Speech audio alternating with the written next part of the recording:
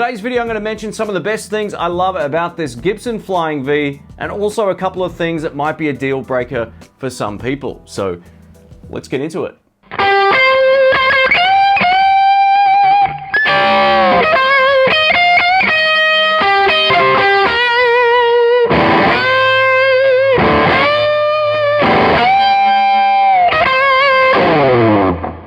The first thing I really love about the Gibson Flying V is not only is it extremely lightweight, this weighs so much less than say a Gibson Les Paul, it's also its playability factor, which was a huge tick for me. You can get all the way up to the last few frets and play up there, no problems with that at all. There's only one other guitar in my collection I can do that, and that's the PRS SE Custom 24, and get all the way up and still play. Can't do that on any of my other guitars, so lightweight, playable. I can take this to a gig and do 3 full sets and have no problems with my shoulder wanting to fall off at the end of the gig. It's just really comfortable to play, irrespective of its strange shape.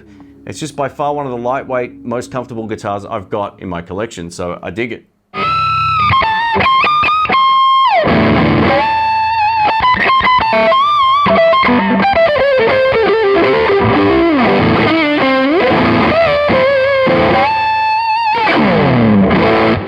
This next reason might just be a little bit of a personal one, but I think this looks totally badass on stage. Man, look at this thing. This rocks in a sea full of Les Pauls and Strats. You come out on stage with one of these, and it definitely sets a little bit of a different tone and would hopefully get people's attention, and they probably don't know what to expect. Non-guitar players would see something like this and go, what is this? What kind of music will this be? I kind of like that. It sets the stage apart from, you know, your regular guitars, which are also fantastic. I've got Strats and Tellys and all that kind of thing as well. But yeah, this is like nothing else in my collection. I just think visually, this looks amazing on stage as well.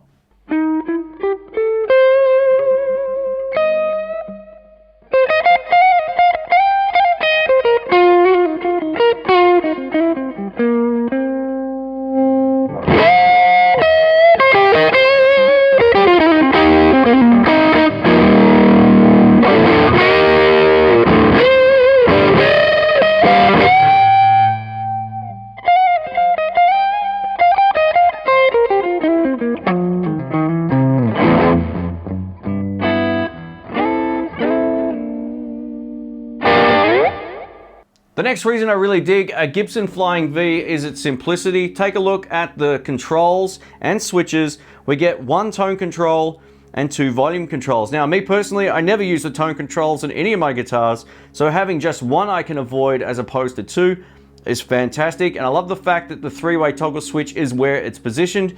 You'll never accidentally knock it by playing guitar, you know, with your hand. So I love the fact they've got this down here as opposed to up here or over here. I think that's a really great design.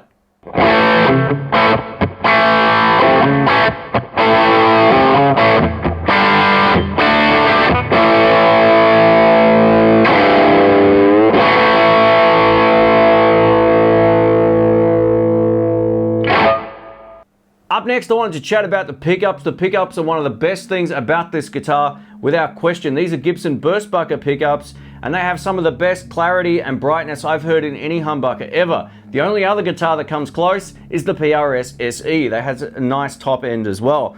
These pickups will do anything from country to blues to dirty blues to rock, classic rock, all that kind of stuff. If you like to throw a whole lot of gain at them, they'll handle that no problems at all. Let's take a listen.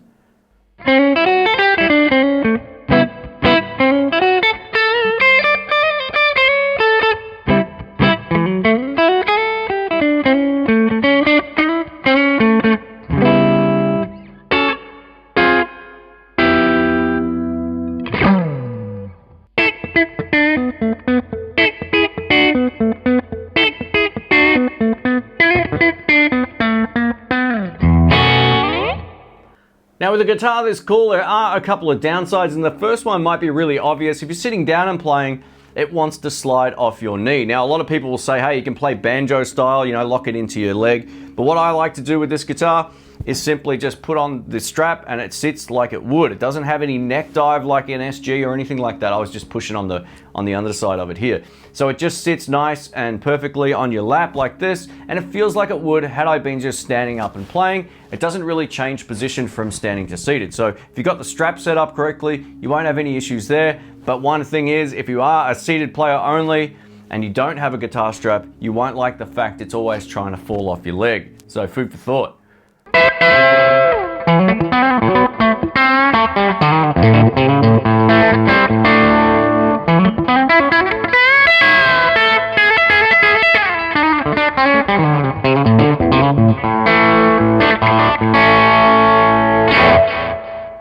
Now this next reason might not be a deal breaker for everybody, but it's definitely worth mentioning. When I bought this guitar, not only is the guitar quite long, but the guitar case that it comes in is even bigger. Look how tall this thing is, man. This is huge. This is so big that it won't actually fit sideways in the back seat of my car. That's how big this thing is. It's an absolute beast. I have to angle it up slightly on one side so the doors close. I don't have the biggest car either, but just to let you know, if you've got a small car, this won't actually fit sideways on the back seat unless you angle it up. So yeah, the case that it comes with is awesome. Internally, it's fantastic, but this thing is a beast. If you're restricted to public transport only, odds are you don't really want to be carrying a Gibson Flying V. It just fits in frame here, and I got a wide angle lens, man. This thing is an absolute monster. So yeah, its size might be a deal breaker.